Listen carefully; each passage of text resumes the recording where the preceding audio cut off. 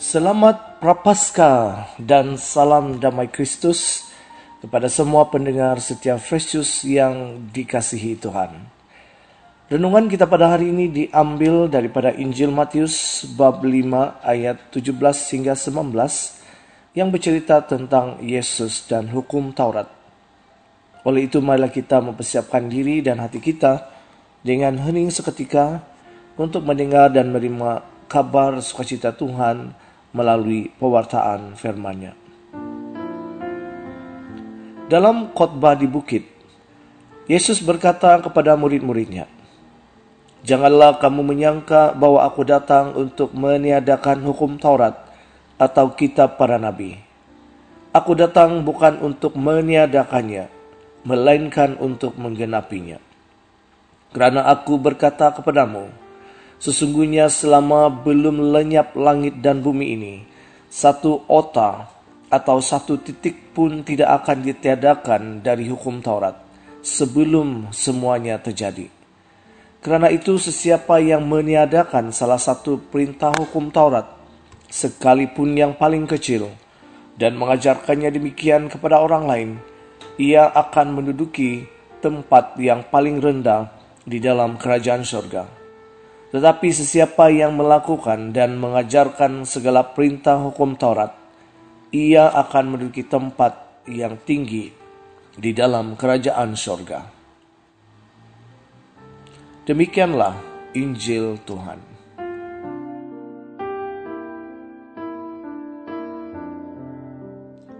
Saudara-saudari yang dikasihi Tuhan, maksud atau pesanan Yesus yang hendak disampaikannya melalui Injil pada hari ini ialah agar tuntutan rohani hukum Allah dapat dilaksanakan di dalam kehidupan para pengikutnya.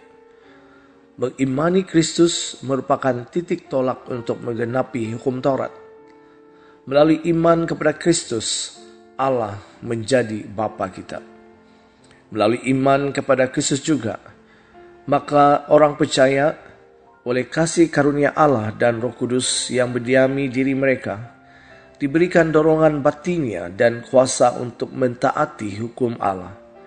Kita menggenapi hukum Allah dengan hidup menuruti pimpinan Roh Kudus. Roh Kuduslah yang membantu kita mematikan perbuatan daging dan menggenapi kehendak Allah. Demikianlah ketaatan yang lahiriah kepada hukum Allah harus disertai perubahan dalam hati dan roh kita. Dalam menjalankan apapun jenis pekerjaan, setiap kita dituntut untuk setia dan taat mengerjakan tugas itu sehingga selesai. Tetapi seringkali kewajiban itu tidak dapat kita penuhi karena kita selalu lalai dan mengabaikan ketetapan standar kerja yang harus dipatuhi dan dijalankan. Dengan kesengajaan kita sendirilah yang juga membuat pelanggaran yang telah disepakati. Kita cenderung mengikuti bisikan untuk melanggar, mengabaikan daripada patuh dan taat. Demikian halnya dengan kesetiaan akan terlihat dari ketaatan terhadap perintah, bertanggung jawab menyelesaikan pekerjaan, dan patuh kepada pimpinan. Seseorang boleh dikatakan setia jika ia tetap berpegang teguh pada janji, patuh dan taat. Demikian juga Tuhan menghendaki supaya kita menuruti perintah-Nya secara penuh yang diwujudkan melalui praktik hidup sehari-hari. Jika seorang selalu setia dalam menuruti Tuhan, itu menandakan bahwa Tuhan berdiam dalam dirinya. Sebab Tuhan sendiri yang sebenarnya mendorong dan menggerakkan hidup orang percaya, sehingga semua pikiran dan tindakan akan mencerminkan kehendak Allah. Di dalam 1 Yohanes bab 3 ayat 24, "Sesiapa menuruti segala perintah-Nya, ia diam di dalam Allah dan Allah di dalam dia. Dan demikianlah kita ketahui bahwa Allah ada di dalam dia, yaitu Roh yang telah Ia karuniakan kepada kita." Menuruti perintah Tuhan adalah bagian dari kesetiaan kepada Tuhan. Jika Tuhan mengatakan A, maka yang kita pikirkan dan kerjakan adalah A, bukannya B. Nah, menuruti perintah Tuhan harus menjadi bagian hidup setiap kita orang beriman. Sebab firman Tuhan itu untuk kebaikan bagi manusia sendiri. Demikian juga sepanjang retreat agung kita selama 40 hari dalam musim Prapaskah ini, kita dituntut untuk tekun dalam melakukan 3 hal ini, yaitu berpuasa dan pantang, berdoa, dan beramal kasih. Tugas kita saat ini ialah mengajar dan mengerjakan apa yang telah diperintahkan oleh Tuhan. Saudara-saudari yang terkasih, kita akui bahwa memulai sebuah pekerjaan adalah mudah. Namun setia melakukan pekerjaan sehingga selesai sangatlah sulit. Percaya kepada Tuhan itu mudah diucapkan, namun setia mengikuti kehendak Tuhan sangat sukar.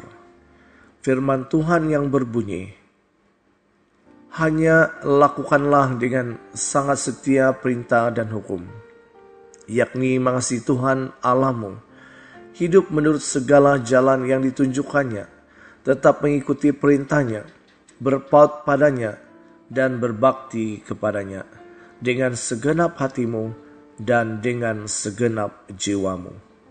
Yosua bab 22 ayat 5. Dan ini boleh memberikan kita panduan, motivasi, dan komitmen untuk setia dengan firman Tuhan.